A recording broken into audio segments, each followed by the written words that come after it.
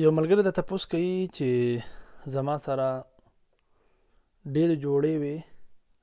چې په هغې کې یوه جوړه ناپاکه وه او د هغې ماته علم نه و او ما په ټولو جوړو کې لکه د کپړو په هغه جوړو کې مونځ وکړو، خو وروسته ماته پته ولګېده چې په هغې کې یوه جوړه ناپاکه وه. نو ما چې دا کوم مونځونه کړي دي په دې ناپاکه جوړه کې، نو آیا زما دغه مونځونه وشو که ونه شو، د دې څه حکم دی؟ نو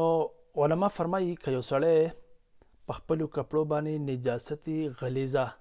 د ګندګۍ هغه اثر دی ویني، خو ده ته دا پته نه وه چې دا ګندګي زما په دې کپړو کله لګېدلې ده. نو بیا علما فرمایي چې په ده چې دا کوم منځونه کړي دي په دې صورت کې ده ته علم نه و چې زما دا کپړې کله ګنده شوي دي، نو که ده دا کوم منځونه چې کړي نو په دې صورت کې وایي د دغه منځونو قضا په ده باندې لازم نه ده.